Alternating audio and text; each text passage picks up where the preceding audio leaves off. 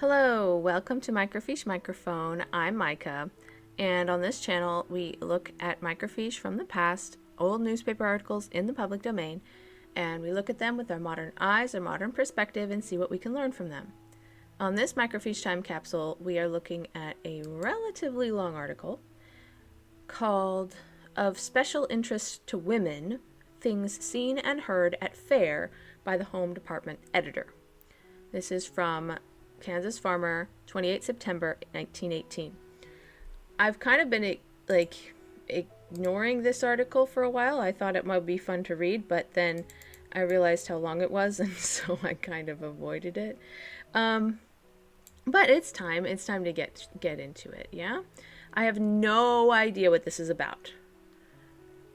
So, things seen and heard at the fair that will be of special interest to women, whatever that may mean. So, let's take a look. I have no idea what to expect. I have not read this beforehand. In the exhibits at the Kansas Free Fair of particular interest to women, as well as in those appealing more strongly to the men, there was evidence everywhere of strong patriotic fervor. Makes sense. They're in wartime. The central idea in all departments was the bearing of each particular line of work on the winning of the war. If anyone came to the fair with the thought that he would have a rest from war activity and simply be entertained for the week, we are sure that he made up his mind before he left to catch the step and march ahead harder than ever. Or you just completely made him sick of hearing about the war and made him leave. I don't know. Like assuming that they had to catch the step, so to speak. I don't know. It's a little weird. The first thing to be seen as one entered the grounds was the Red Cross building with the statue, the greatest mother of all, in front, and if it happened to be evening, illuminated.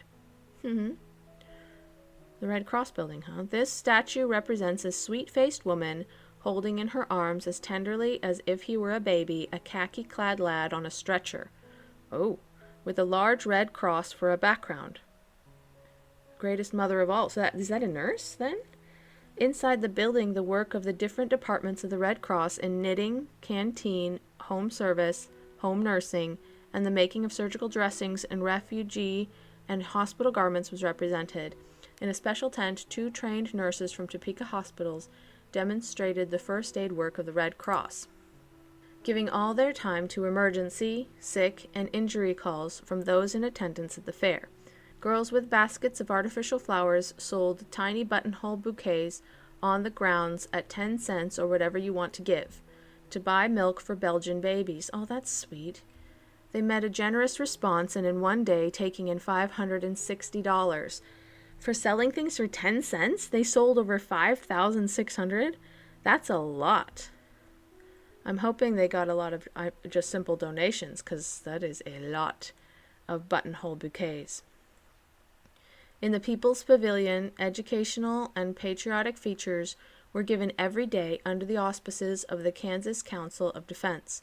In the government building, the display of some of the big guns and munitions used in the war and models of battleships, cruisers and destroyers and Army and Navy accoutrements, that's a weird word, isn't it? Attracted large crowds. Even the entertainment features carried out the war idea. In addition to the usual horse and auto races, I love how they call them autos. It's so funny.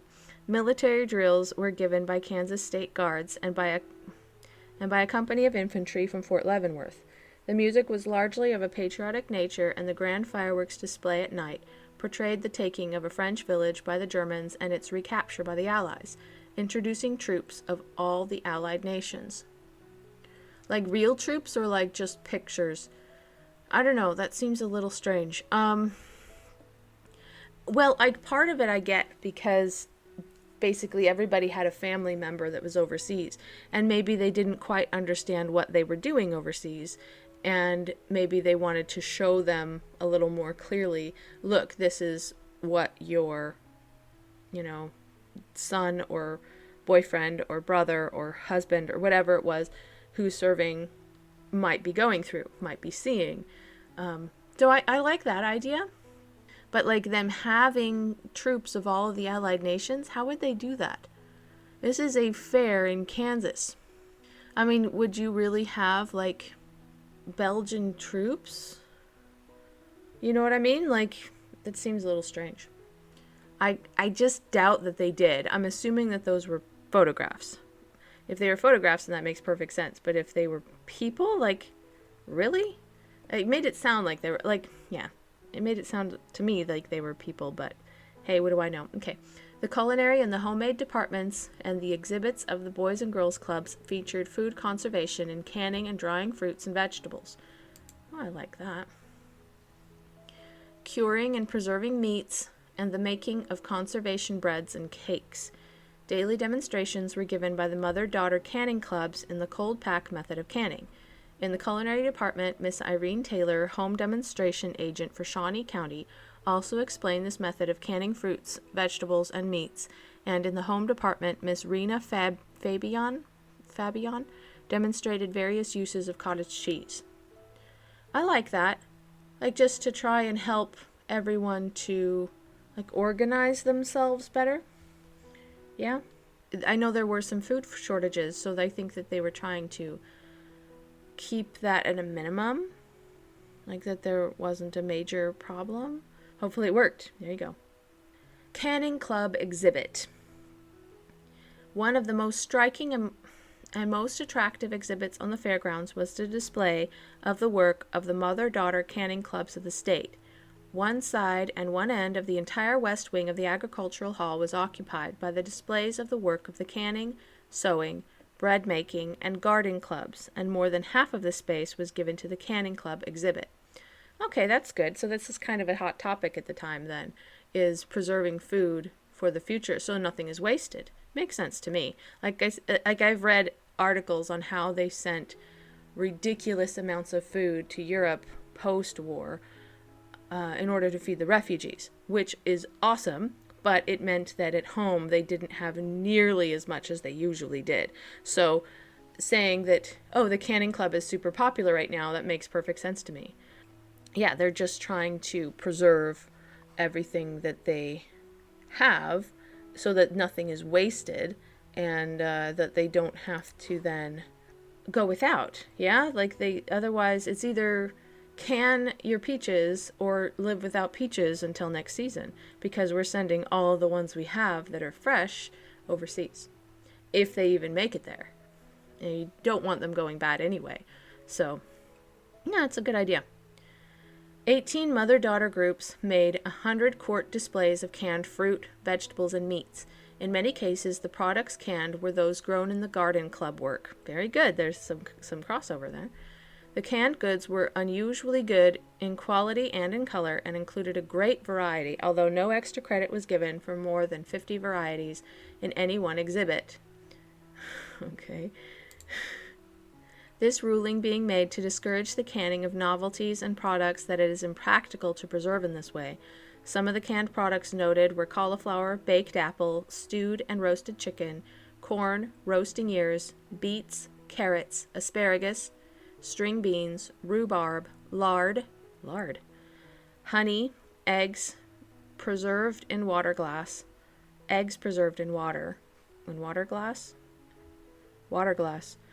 I'm assuming they mean eggs preserved in water, like put in a glass, and mixtures of various vegetables for soup, as well as the more commonly canned fruits. That's great. I also think it's funny that they had to actually make a rule saying no more of, like, novel, weird things. Like, don't can things that you can't can. Like, don't give us canned lettuce. It's not going to keep. You are aware of that. I am aware of that. We're all aware of that. So please don't can lettuce, for example. It's funny. They're like, oh, I want, like, a lot of variety, so let's can everything. Well, not everything. Okay, calm down. 6 prizes were offered for the best club displays, and awards being made on the basis of quality, general appearance of the exhibit, number of varieties of products. Yeah, that was the category they were judged on, so that's why people were getting ridiculous. And the percentage of the club's membership represented. The first prize of $50 for the best 100-quart display went to the Paxico Mother-Daughter Club. The second prize of $45 to the St. Mary's Club. Third prize of $40 to Seabrook, a suburb of Topeka. fourth prize of $35 to Buck Creek, and the fifth prize of $30 to the Logan Avenue Club of Emporia. An attractive feature of the Seabrook Club exhibit was the handmade labels with a small sunflower, the club emblem, painted by members on each one. Now that's a lot of work. In addition to the prizes offered by the Fair Association, the Hazel Atlas Fruit Jar Company offered prizes of $25, $20, $15, $10, and $5 respectively for the best exhibits of products canned for their EZ sealed jars. Aren't these still around? I feel like the Easy Seal jars, I've definitely seen them. I mean, I'm sure the logo's changed over the years, but I feel like this company is still around. These prizes went to Glen Valley, Easton, the Industrial Union of Neosho, Bowling in Leavenworth County, and the Logan Avenue Club of Emporia in the order named. All the canned goods in these exhibits were canned by the one-period cold pack method taught to all members of state and government canning clubs. This method, which is familiar to readers of Kansas Farmer, consists of packing the fruit or vegetables or meat to be canned into the jars without cooking, or in the case of some fruits after a little cooking, filling the jar with hot water or syrup, placing the lid on tightly and sterilizing in hot water or under steam pressure for a period of time depending on the kind of product to be canned, and whether hot water or compressed steam is used. The color and flavor of most vegetables is improved by plunging them into hot water for from 3 to 5 minutes and then immediately into and out of cold water before packing in the jars. Interesting. Full directions for this method of canning may be obtained by addressing Otis E. Hall, State Club Leader, Extension Division, Kansas Agricultural College, Manhattan, Kansas. No one who had the privilege of seeing this splendid exhibit or the canning shown in the culinary department can doubt that the method is the thoroughly satisfactory one. Canning demonstrations were given by the mother-daughter canning clubs each day in the People's Pavilion. That's interesting. When I was young, my mother did some canning, but I have never done it myself. I'm slightly intimidated by it, although they make it sound easy.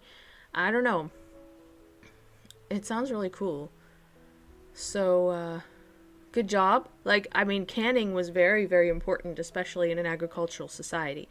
So, knowing that they were making an effort to do a good job of it, that's pretty impressive, honestly. Okay, work of woman farmers. The Kansas branch of the Women's National Farm and Garden Association had a booth in the agricultural building during the fair at Topeka, in charge of Mrs. Theodore Saxon of Topeka, state president.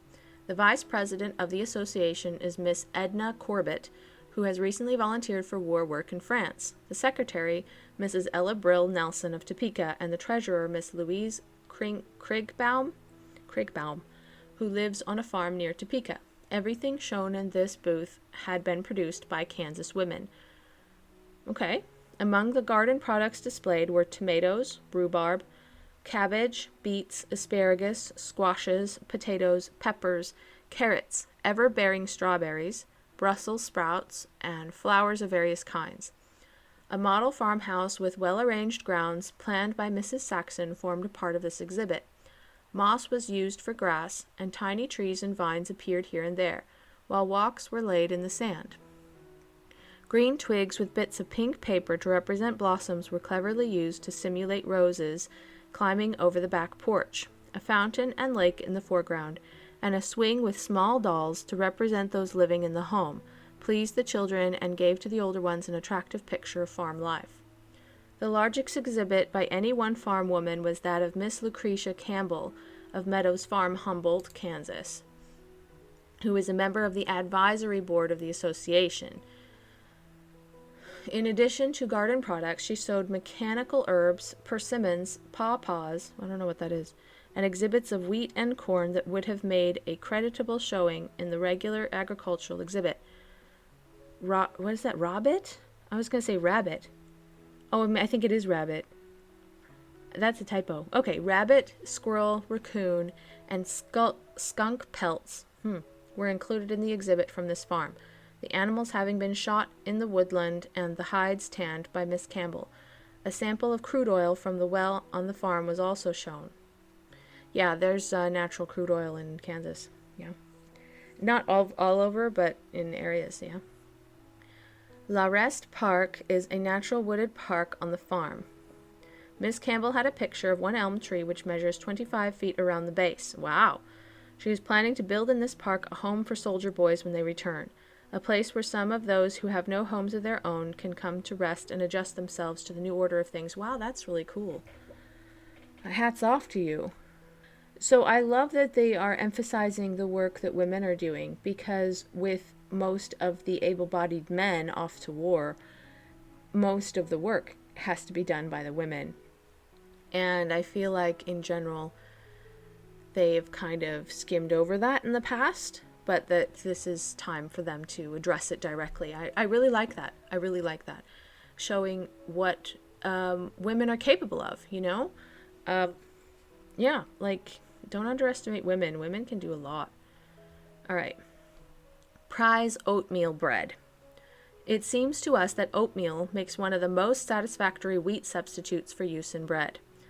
The bread is more moist than when made entirely with wheat flour, and the nutty flavor of the oats is a distinct improvement in the taste, in our opinion. The color, of course, is a little darker than that of bread made wholly with wheat flour. While attending the Topeka Fair, Mrs. Theodore Saxon of Topeka, who won first prize on oatmeal bread, presented us with a sandwich made from one of her oatmeal loaves. It was so light and moist and of such good flavor that we begged her to tell us her method of handling it. No, she said in answer to the question, I don't have time to grind the oatmeal.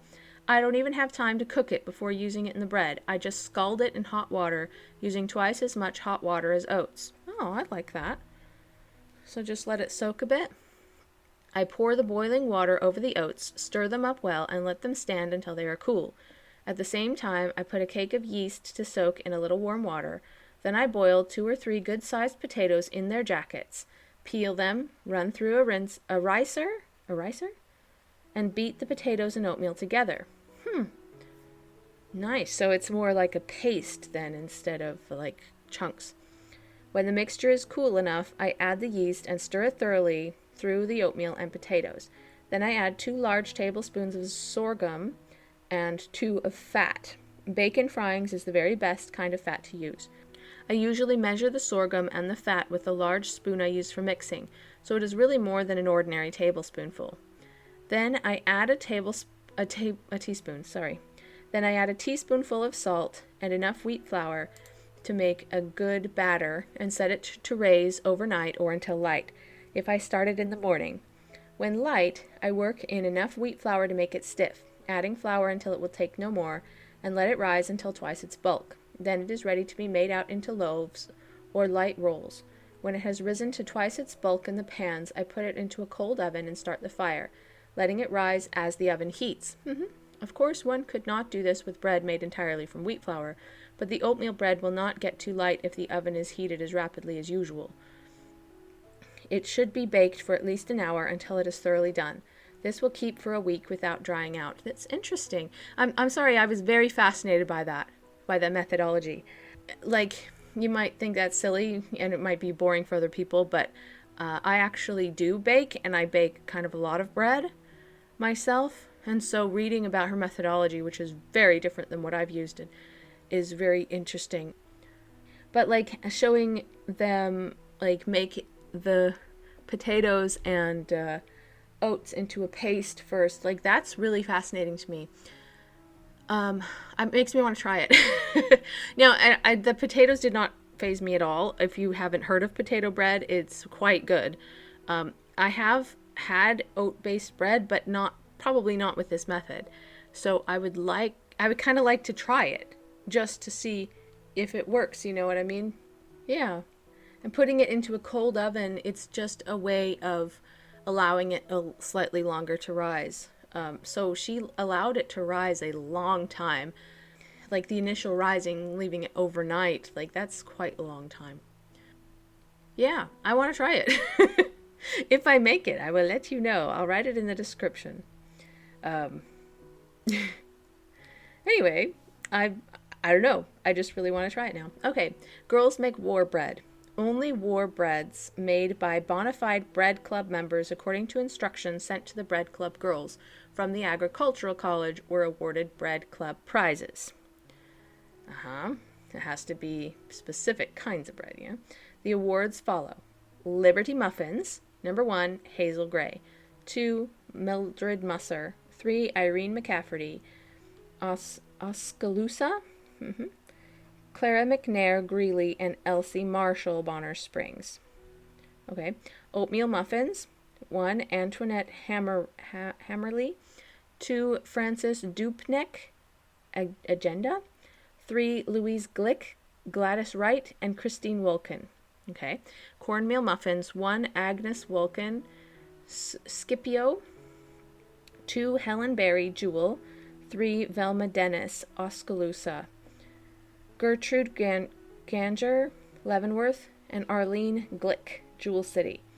Corn Dodgers, 1, Dorothy Boosens, Kincaid. 2, Orvilla Rog.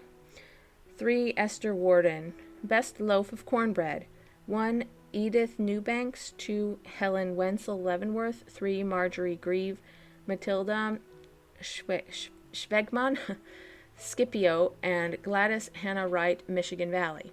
Best Loaf of Boston Brown Bread, 1, Margaret Griffith, Emporia. 2, Helen Timmons, Bonner Springs. 3, Addie Scruggs, and Inez Gromley, Chanute. Okay, the names mean nothing to me, and they probably mean nothing to anybody anymore, considering this was 1918. So, we're going to go on. I do think it's interesting that they had to be members of the club in order to even, rank. Okay. For the best war bread collection, consisting of any 3 of the above-mentioned bread, prizes of $5, $4, $3, $2, and $1 were offered. Hilda Schneider of Richmond won first place of an exhibit of rye bread, oatmeal muffins, and cornmeal muffins. The second prize went to Mary Chilcote of cornbread, corn dodgers, and Liberty muffins. The third to Marjorie Grieve on corn muffins, oatmeal muffins, and cornbread. I'm getting hungry, geez. The fourth to Blanche Emery on Boston brown bread, cornbread, and corn muffins. And the fifth to Christine Wilkin on cornmeal muffins, oatmeal muffins, and rye bread. A special prize of $25, carrying with its Bread Club honors, offered to the Bread Club group making the best showing at the fair, was awarded to the Jewel City Red Club. This club of 9 members sent in an exhibit of 26 plates of bread of various kinds. That's impressive. I kind of like this article specifically saying that it's about women. Well, it was kind of, because all of the mentioned winners of all of the different categories were all women. So I think that's why they mentioned that it was specifically for women. I thought that it would be more woman kind of topics, but it really wasn't. It was just that basically all of the winners were women. So, like I said, all of the able-bodied men were pretty much off to war at the time, so it's not that surprising, but I do appreciate that these are categories that are always there, but that in particular the women did very well this year, yeah. I'll bet the cooking one is usually won by women, but and possibly canning, but I feel like the garden club probably not. So I do appreciate that all of them were won by women this year. Anyway, I don't know. I feel like this is a kind of a wholesome article, all about gardening and canning and cooking and, farm life. And I don't know. I just think it's really nice. They even mentioned some techniques to try for canning and for cooking oat bread. I don't know, I just really, really liked that. It's very wholesome, it's rather uplifting, and it just kind of makes you feel good and be like, you know what? We're going to be okay, I feel like we sometimes overemphasize the dramatic, especially in all the clickbaity kind of articles where it's like, okay, click on this, it's really important, it's so, there's so much drama. Well, honestly, I don't always want drama, and I think that anybody who enjoys listening to what I do probably agrees with me. Let's move away from the drama, let's take a deep breath, and let's just go make some oatmeal bread. Yeah? I'm excited. So, Anyways, I hope that you liked that as much as I did, and it was really a breath of fresh air for you as much as it was for me. I really appreciate this kind of an article, and I'm hoping to find another few like it. And yeah, please like the video, subscribe to the channel, and I hope to see you in the next video.